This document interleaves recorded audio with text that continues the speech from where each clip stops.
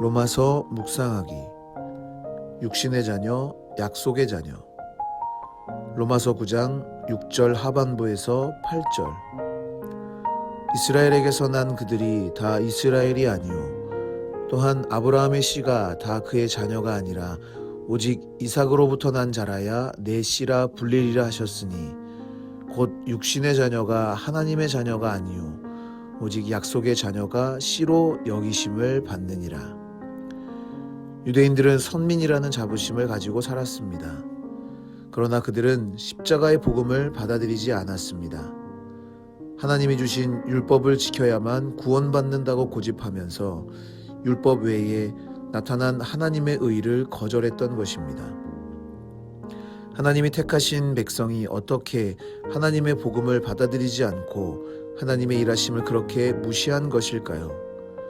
바울은 이 문제와 씨름하면서 한 가지 깨달음을 얻습니다. 그것은 육신의 자녀와 약속의 자녀가 다르다는 사실입니다. 바울은 아브라함 이야기를 살펴보다가 그에게 여러 자녀가 있었지만 약속의 자녀는 오직 하나밖에 없었다는 사실을 깨닫습니다. 이스마엘과 이삭은 모두 아브라함이 낳은 자식입니다. 엄밀하게 따지면 이스마엘이 장남입니다.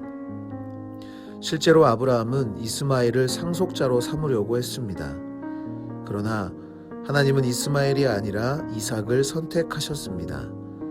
왜냐하면 그가 약속의 자녀, 즉 하나님이 약속한 자녀였기 때문입니다. 선민 이스라엘의 정체성은 혈통으로 이어지지 않습니다. 때문에 유대인들은 선민이라고 자랑하면서도 하나님의 복음을 받아들이지 않았던 것입니다. 혈통으로는 아브라함의 후손으로 태어났는지 모르지만 영적으로는 약속의 자녀가 아니었기 때문입니다. 우리가 하나님의 자녀가 되는 것도 마찬가지입니다. 몇 대째 신앙생활을 해오는 집안에서 태어났다고 해서 구원받은 하나님의 자녀가 되는 것이 아닙니다. 태중에서부터 교회에 다녔다고 해서 저절로 천국행표를 가지는 것도 아닙니다.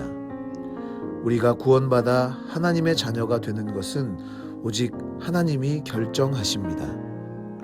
그러나 하나님은 불공평하게 기분 내키는 대로 아무렇게나 선택하지 않으십니다. 약속의 자녀를 선택하는 분명한 기준이 있으십니다. 하나님의 기준에 따라 이삭과 야곱이 택함을 받았습니다. 나는 어떻습니까?